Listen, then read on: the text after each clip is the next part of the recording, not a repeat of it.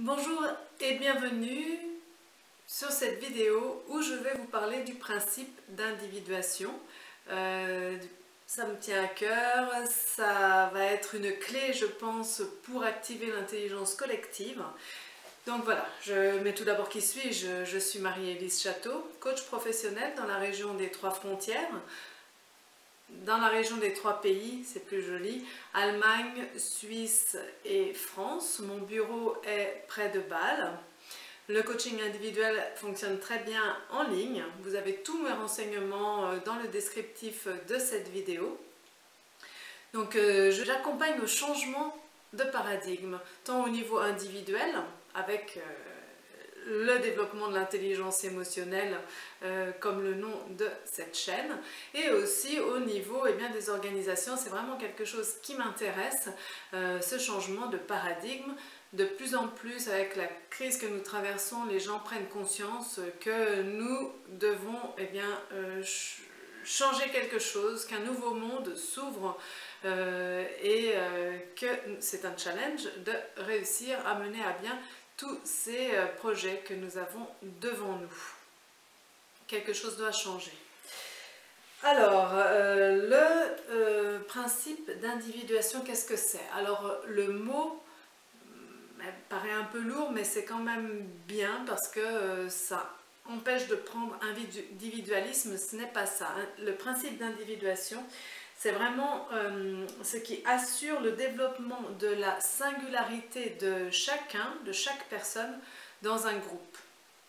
Alors c'est-à-dire que dans un groupe, c'est comme si toutes les personnes étaient des citrons, nous allons presser tout le monde pour avoir l'essence, la couleur, vraiment ce que chaque personne a au fond d'elle. Ça c'est dans l'idéal, et dans les faits, ça ne se passe pas tout à fait comme ça. Parce que, j'en parlerai demain, c'est la pensée de groupe surtout, on ne s'exprime pas, les gens n'osent pas s'exprimer, on a aussi l'habitude d'être puni, c'est un bien grand mot, mais en tant qu'enfant, oui, c'est ça aussi, c'est qu'on n'ose pas s'exprimer parce qu'on a peur d'avoir un avertissement, de se faire gronder en fait. Donc effectivement, c'est toujours les mêmes personnes qui s'expriment en général dans les réunions, d'où l'intérêt d'organiser des réunions en participatif, parce que moi j'ai toujours trouvé dommage, oui, il y avait des personnes qui venaient d'horizons différents, soit de par leurs origines, soit où elles avaient travaillé avant, et en fait elles pouvaient passer des réunions sans qu'on leur demande leur avis. Donc elles ne s'exprimaient vraiment pas, et ça c'est dommage, on rate quelque chose quand c'est comme ça. Donc c'est vraiment revenir sur, s'exprimer vraiment avec ce qu'on a au fond de nous, et vous pensez bien que du coup c'est aussi quelque chose à gérer parce qu'on ne va pas tous être du même avis, c'est ça ce qu'on veut éviter quand on n'applique pas ce principe.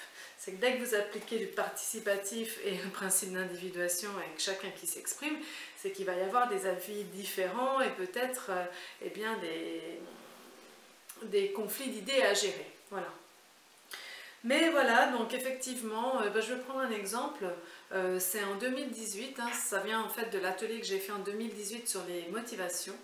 Et alors en 2018, c'est la République en marche qui est donc au pouvoir. C'est pas de la politique, je prends juste un exemple. Et le 12 septembre, c'est l'élection du président de l'Assemblée nationale. Et alors il y a Richard Ferrand qui se représente. Il est de la République en marche, il se représente. Par contre, il a sur les bras une mise en examen dans l'affaire des mutuelles de Bretagne. Et il se représente quand même. Et du coup, lors du vote, il y a pas mal de personnes de la République en marche qui ne vont pas voter pour lui, mais pour son concurrent du Modem. Bon, Modem, la République en marche, c'est pas non plus trop éloigné. Et Sandra Motin même va jusqu'à écrire dans un email interne les raisons pour lesquelles elle n'a pas voté pour Richard Ferrand, qu'elle a été choquée qu'il se présente malgré sa mise en examen. Alors ce qui est intéressant dans cet article de l'Express, c'est voir aussi comment le journaliste tourne ça. Alors il dit que la sincérité revendiquée par les nouveaux élus serait presque en train de devenir un défaut encombrant pour la majorité. C'est vrai que quand la République en marche est montée, et pourquoi aussi ils sont venus au plus haut de l'État, c'est qu'on avait senti ce vent nouveau avec des gens qui prenaient des initiatives, qui pouvaient être jeunes, qui pouvaient être des femmes ou d'origine étrangère. Donc vraiment il y avait ce vent nouveau, donc ils sont sur la continuité là.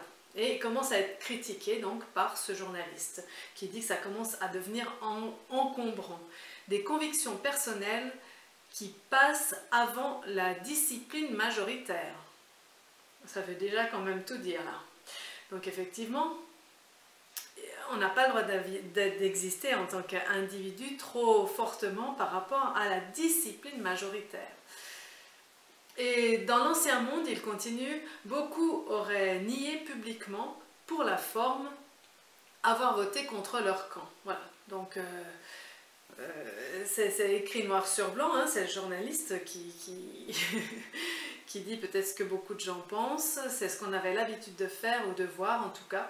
Avec une honnêteté qui la distingue, Sandra Motin, elle, assume dans un courriel interne envoyé à l'ensemble de ses collègues le 19 septembre, j'ai été choquée de découvrir qu'il ne comptait pas démissionner de la présidence de l'Assemblée s'il était mis en examen.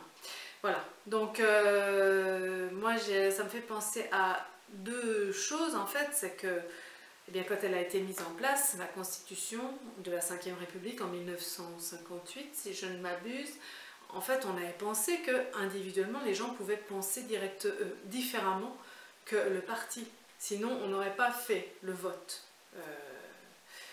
Donc que des personnes votent différemment que le parti, ça devrait être acceptable. Après, ils ne sont pas obligés de dire effectivement pourquoi ils ont voté, aller jusqu'à mentir. Bon, il y a quand même une question d'authenticité.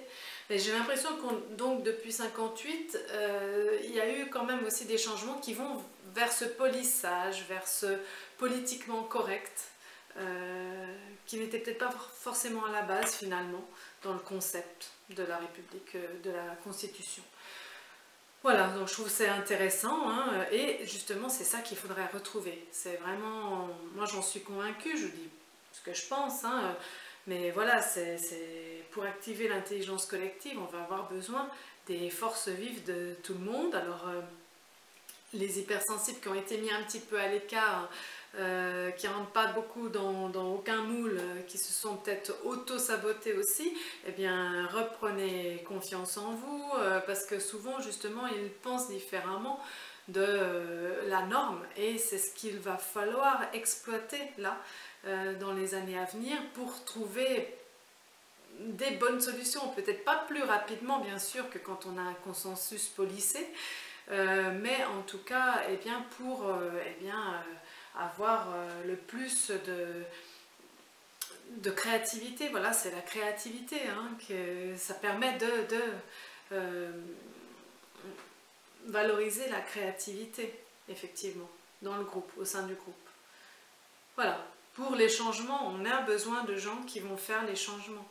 Donc, c'est un nouveau système et je pense que ce principe d'individuation est un principe clé.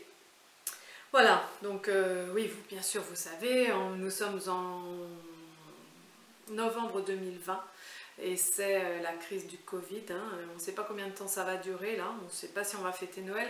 Donc de plus en plus de personnes prennent conscience qu'on est un peu au pied du mur, hein, d'un mur, donc il va falloir réagir et bien et vite. Donc on va avoir besoin vraiment de tout le monde. Voilà. Merci de m'avoir écouté jusqu'à présent et je vous dis à bientôt à une prochaine vidéo, notamment donc sur le penchant de tout ça, eh bien c'est la pensée de groupe. Merci, à bientôt, au revoir.